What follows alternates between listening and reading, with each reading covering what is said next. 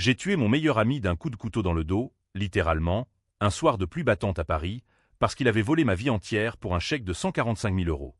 Ce n'était pas un accident. J'avais planifié chaque seconde, en écoutant le gargouillis de son sang sur le pavé mouillé de la Seine, me demandant si la justice divine existait ou si j'étais juste un monstre en col blanc.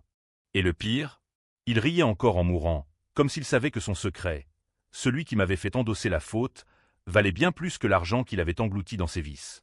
Paris, cette ville des lumières éternelles, m'a toujours paru un mensonge cruel. J'y suis né, dans le 18e arrondissement, au milieu des odeurs de baguettes fraîches et de pisse de chien, fils unique d'un père comptable qui croyait que les chiffres ne mentaient jamais. Il avait tort.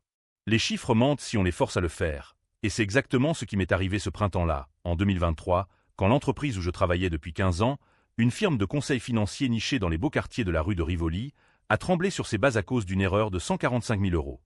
Je m'appelle Antoine Duval, et à 42 ans, j'étais le pilier invisible de Duval et Associés. Pas le patron, non, ça, c'était Étienne Moreau, mon ami d'enfance, ce serpent au sourire Colgate qui avait gravi les échelons pendant que je trimais dans l'ombre. Nous avions grandi ensemble dans les ruelles sombres de Montmartre, partageant des rêves de grandeur, des joints volés et des promesses d'éternité. Toi et moi contre le monde, Antoine, qu'il disait, les yeux brillants sous les néons du Moulin Rouge. J'avais cru à cette connerie.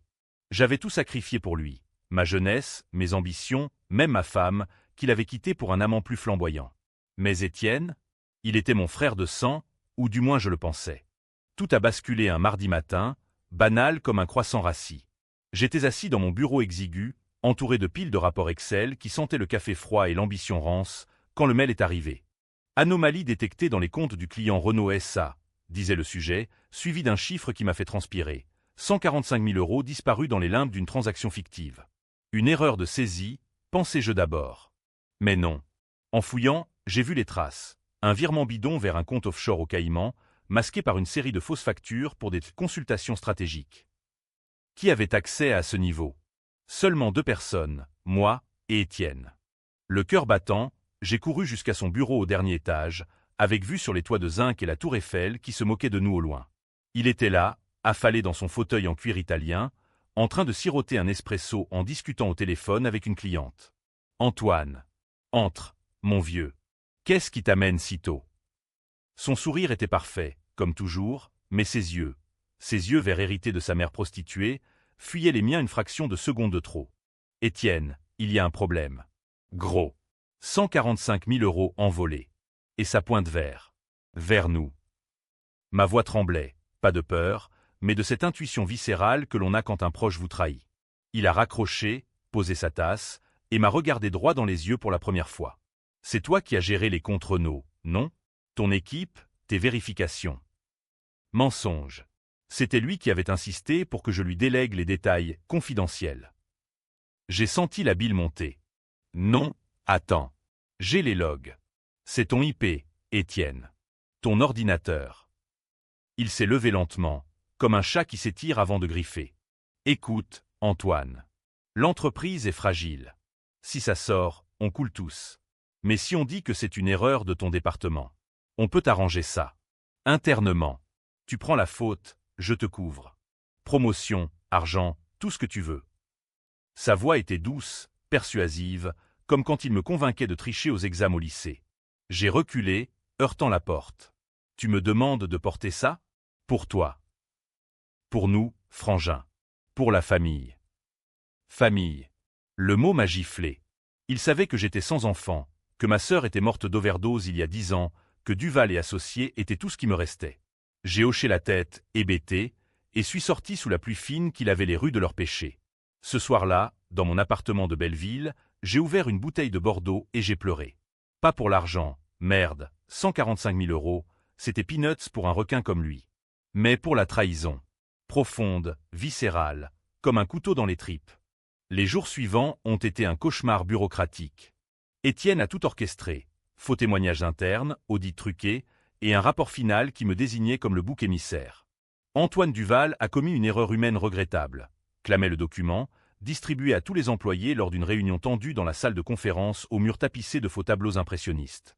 Les collègues me regardaient avec pitié, ou pire, avec dédain. Marie, la DRH aux lèvres carmin, m'a convoqué. « On évite le pénal, Antoine. Mais démission immédiate. Indemnité généreuse. Généreuse? Un chèque de misère pour 15 ans de loyauté. Je suis parti ce jour-là, sac au dos, sous les yeux moqueurs d'Étienne qui m'a serré la main en murmurant « T'inquiète, je veille sur toi ». Veiller sur moi? Il m'avait enterré vivant. De retour chez moi, j'ai fouillé mes souvenirs comme un archéologue fou. Pourquoi? Pourquoi moi? Et là, dans une boîte à chaussures pleine de photos jaunies, j'ai trouvé la lettre. Celle que sa mère m'avait envoyée avant de mourir, confessant que j'étais le vrai père d'Étienne. Un secret qu'elle avait emporté dans la tombe, mais pas avant de me le révéler dans un moment de délirium alcoolisé. Son fils était mon sang. Mon frère. Et il m'avait trahi pour. Pourquoi? J'ai appelé un vieil ami hacker, un type louche de Pigalle, et en 24 heures, j'avais les preuves. Les 145 000 € n'avaient pas servi à des consultations, mais à payer un chantage. Quelqu'un savait pour notre lien de sang, et Étienne payait pour que ça reste enterré. Mais qui? Et pourquoi me faire porter le chapeau? La rage a commencé à bouillonner, lente comme un vin qui fermente. Je n'allais pas me laisser faire. Pas comme ça. Paris, avec ses catacombes et ses intrigues de cour, m'a appris une chose. La vengeance est un art français, raffiné, impitoyable. J'ai commencé à planifier. D'abord, discrètement. Un faux CV pour un job freelance, pour surveiller de loin. Puis, des nuits blanches à reconstituer les flux financiers sur mon laptop usé. Et enfin, le contact. Une ancienne maîtresse d'Étienne, une Italienne flamboyante nommée Sofia, qui haïssait son amant pour l'avoir larguée enceinte. Il t'a baisé, hein? Comme il m'a baisé, m'a-t-elle dit au téléphone, voix rauque de vin rouge. Ensemble, nous avons ourdi le premier fil du piège. Mais ce n'était que le début. L'erreur de 145 000 € n'était pas une fin, mais une étincelle. Et moi, Antoine Duval, je allais transformer ce séisme en apocalypse personnelle. Les semaines qui ont suivi mon éviction ont été un brouillard de vin bon marché et de nuits sans sommeil, dans cet appartement de Belleville qui puait l'humidité et les regrets. Paris continuait de vivre autour de moi. Les klaxons des taxis, les rires des touristes sur les berges du canal Saint-Martin, les vendeurs de marrons chauds qui me rappelaient cruellement les hivers où Étienne et moi partagions nos maigres ressources. Mais moi, j'étais un fantôme. Sans boulot, sans dignité, avec seulement cette lettre froissée qui brûlait comme un stigmate. Antoine, il est à toi. Ne lui dis jamais. Sa mère, dans ses derniers instants, avait voulu me confier ce secret pour que je protège notre fils. Au lieu de ça, il m'avait détruit. Sofia est entrée dans ma vie comme une tornade de parfums Chanel et de jurons italiens. Nous nous sommes rencontrés dans un bistrot sombre de la rue Oberkampf, où les murs suintaient d'histoires d'amour ratées. Elle était belle encore, malgré les cernes et le ventre arrondi par une grossesse qu'elle refusait d'avorter. Étienne m'a promis le mariage, puis il m'a jeté comme une capote usée, m'a-t-elle craché en sirotant un pastis. J'ai écouté, hochant la tête, et quand elle a vu la lettre, ses yeux se sont écarquillés. Ton fils? Putain, c'est pour ça qu'il flippe. Il sait, Antoine. Il a toujours su. Le choc m'a cloué sur place. Étienne savait? Pour notre lien de sang? Sofia a hoché la tête, tirant sur sa cigarette comme si elle voulait en extraire la vérité. Il m'a dit un jour, bourré, après une baisse particulièrement violente. Antoine est mon père, mais il ne le sait pas. Et je ferai tout pour que ça reste comme ça. Il te hait pour ça, pour l'avoir abandonné, même si c'était pas ta faute. Abandonné. Le mot résonnait comme un glas. J'avais élevé cet homme comme un frère, l'avais protégé des bagarres de rue, lui avais donné mon nom dans l'entreprise familiale. Et lui, mon propre fils, m'avait poignardé pour cacher la vérité. La toile s'est tissée à partir de là. Avec l'aide de mon hacker, un certain Lucas, un gamin de 25 ans avec des piercings partout et un talent pour les backdoors numériques, nous avons infiltré les comptes d'Étienne. Pas pour l'argent, non, pour les secrets. Et Dieu, qu'il en avait. Des mailles codées à un avocat véreux à Lyon, des virements vers une clinique privée à Genève pour des traitements que Sofia identifia comme des avortements forcés. Pire, le chantage. Ça venait d'un ancien associé, un certain Bertrand Lemoine, que j'avais connu vaguement au début de l'entreprise. Lemoine avait découvert le secret par la mère d'Étienne sur son lit de mort, et maintenant, il saignait mon fils à blanc. 145 000 € n'était que la première tranche. Étienne avait paniqué, détourné les fonds de Renault pour payer, et pour couvrir ses arrières, il m'avait sacrifié. Moi, le père inconscient, le bouc émissaire parfait. Et si on le retourne contre Lemoine? Ai-je proposé à Sofia une nuit, alors que nous trinquions à l'eau du robinet dans ma cuisine minuscule. Elle a ri, un rire amer comme du marc. Ou contre Étienne. Imagine, on leak le secret.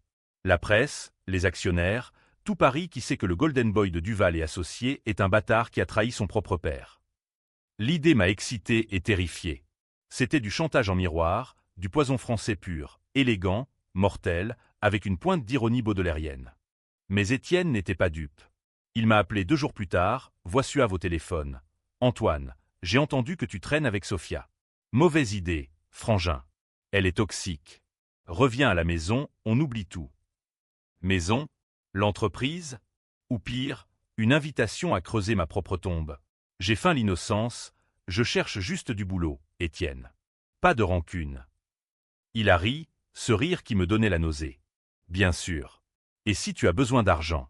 Pour tes enquêtes, point. Il savait. Il flairait le piège comme un renard dans les vignes de Bordeaux. J'ai accéléré. Lucas a planté un verre dans le système de l'entreprise.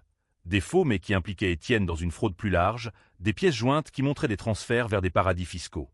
Sophia, de son côté, a contacté le moine anonymement, lui promettant de doubler la mise si Étienne ne payait pas. Le chaos s'est installé. À Duval et associés, les rumeurs enflaient, audits externes, actionnaires nerveux, et Étienne qui louvoyait, accusant des fuites internes, pointant subtilement vers moi, l'ex-employé amer. Une nuit, alors que la lune se reflétait dans les flaques de la place de la République, j'ai reçu un colis.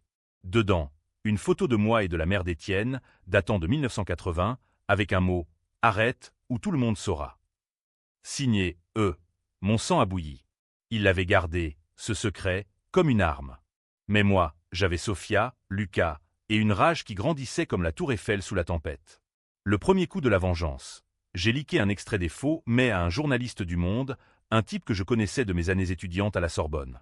Titre le lendemain, fraude présumée chez Duval et associés, le fils prodigue dans la tourmente.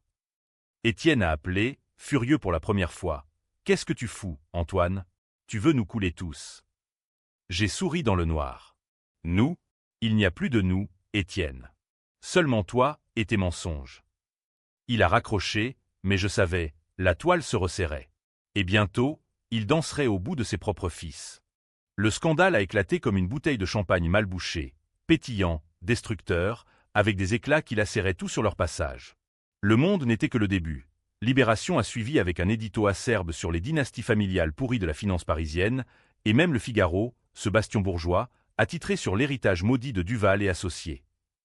Étienne, mon fils maudit, se débattait comme un poisson hors de l'eau, convoquant des conférences de presse où son sourire craquelait comme du plâtre sec. Ce sont des allégations infondées, manipulées par un ancien employé rancunier, déclarait-il, les caméras zoomant sur ses traits tirés. Rancunier. Moi. Le mot me faisait grincer des dents, mais il avait raison, d'une certaine manière. Sophia et moi nous sommes réfugiés dans un hôtel miteux du Marais, un de ces endroits où les amants adultères se cachent et où les rats dansent la valse sous les lambris Renaissance. Elle était de plus en plus lourde, son ventre portant l'enfant qu'Étienne avait rejeté, et ses nuits étaient hantées par des cauchemars où il revenait, couteau à la main. Il me tuera, Antoine. Pour le gosse. Je la serrais contre moi, sentant la vie palpiter sous sa peau, et je me jurais de la protéger. C'était ma rédemption, peut-être, sauver cet enfant que mon propre fils avait condamné. Lucas, le hacker, était notre atout-maître. Assis dans la chambre, son laptop illuminant son visage piercé comme un diable cybernétique, il décortiquait les entrailles numériques d'Étienne. « Regarde ça », m'a-t-il dit un soir, en projetant sur le mur écaillé un arbre généalogique truqué. Au centre, moi, flanqué d'Étienne comme un héritier légitime, mais avec des branches cachées, des dettes, des liaisons, et au bout, le moine, ce fantôme du passé. Ton fils a payé le silence de le moine avec plus que de l'argent. Des actions de l'entreprise, des secrets d'État. Ce type est mouillé jusqu'au cou dans un scandale d'évasion fiscale qui remonte à Chirac. J'ai digéré l'info comme un mauvais foie gras. Le moine n'était pas un simple chiqueur. Il était un prédateur, un ancien ministre déchu qui utilisait Duval et associés comme lessiveuse pour ses magouilles. Et Étienne? Il avait choisi de me sacrifier pour le couvrir, plutôt que d'affronter la vérité, que j'étais son père et que notre famille était bâtie sur du sable mouvant. La décision m'a déchiré. Attaquer le moine directement, ou laisser Étienne se noyer dans ses propres mensonges. Sophia a tranché, les yeux flamboyants, les deux. On les fait tomber ensemble. Pour l'enfant. Le plan s'est affiné dans l'ombre des cafés enfumés de Bastille. J'ai contacté un avocat, un requin de la rive gauche prénommé Marcel, qui haïssait les puissants pour avoir ruiné son père dans les années 90. Poursuivre pour diffamation, et en parallèle, une action civile pour fraude patrimoniale, m'a-t-il conseillé, en trempant ses lèvres dans un ballon de cognac. Mais ce n'était pas assez. Je voulais du sang, métaphorique, pour l'instant.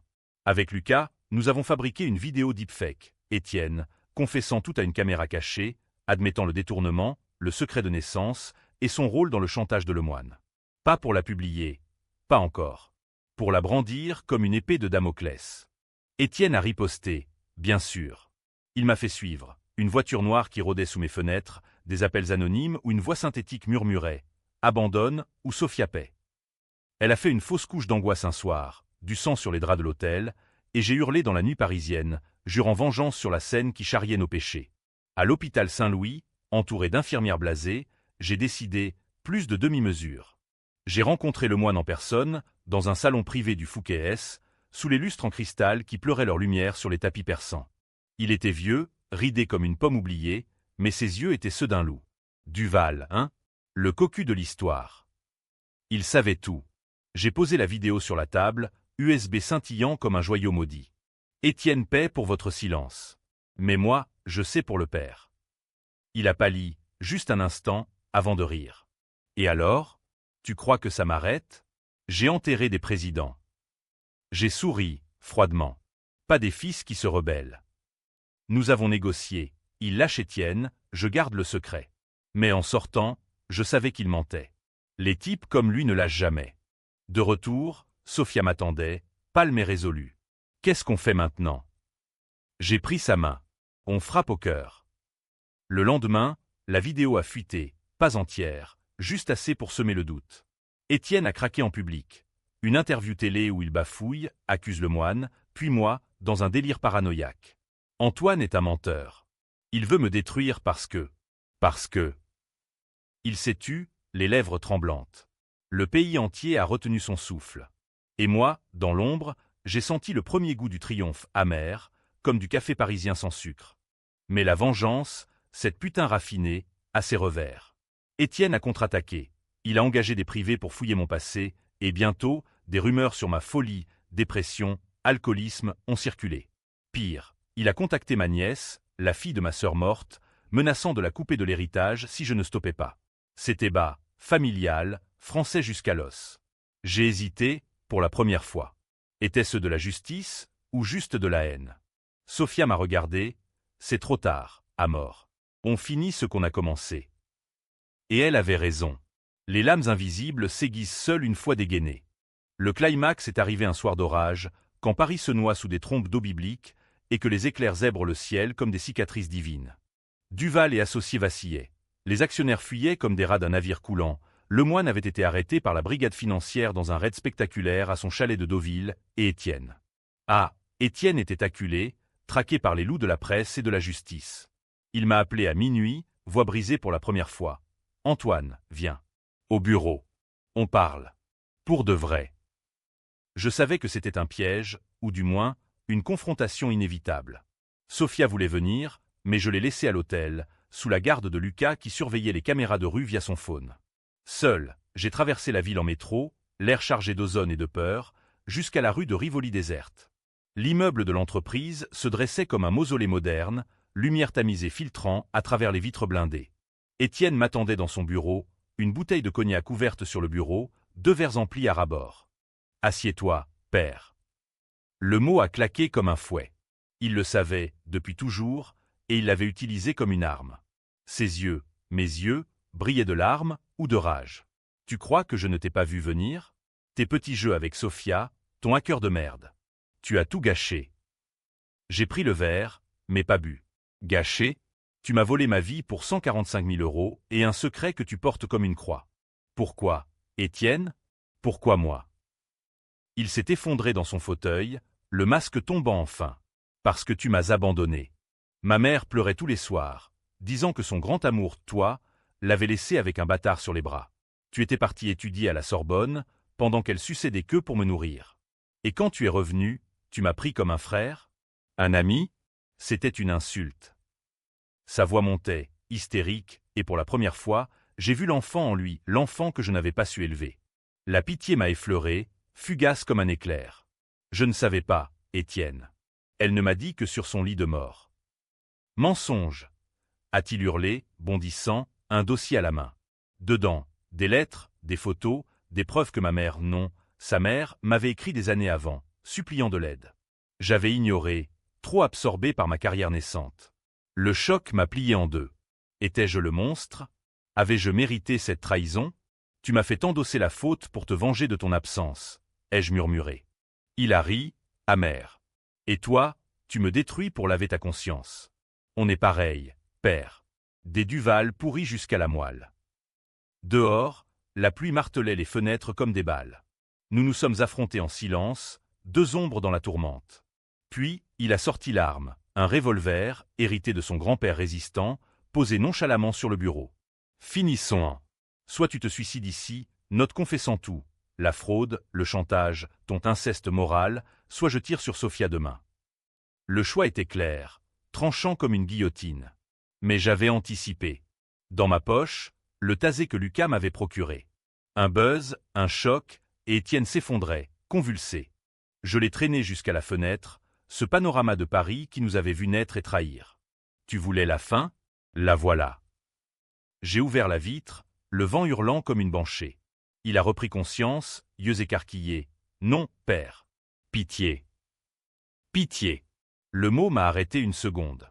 Les CGI. Si j'en avais, ce serait divisé là, héros vengeur ou parricide monstrueux. J'ai hésité, le bord du vide à portée de main. Puis, la décision, pas la mort. Pas encore. Je l'ai poussé, mais pas dehors, contre le mur, le tasé à nouveau, et j'ai filmé sa confession réelle, smartphone tremblant. Je suis Étienne Moreau. J'ai volé 145 000 €. J'ai trahi mon père, Antoine Duval. Et je mérite la prison. Le lendemain, la vidéo a explosé les réseaux. France 24, BFM, même les Inrocks en ont parlé comme d'un thriller existentiel. Étienne arrêté, le moine déjà en tôle, et moi, innocenté par les preuves accumulées. Sophia a accouché d'un garçon que j'ai prénommé Victor, Victoire amère. L'entreprise a coulé, mais j'en ai racheté les cendres avec l'indemnité que Marcel a négociée. Nouveau départ, pensais-je. Mais la vengeance laisse des cicatrices. Des mois ont passé, et Paris a repris son masque de normalité. Les feuilles d'automne rougissant les allées du Luxembourg, les odeurs de châtaigne grillée masquant l'âcreté des scandales.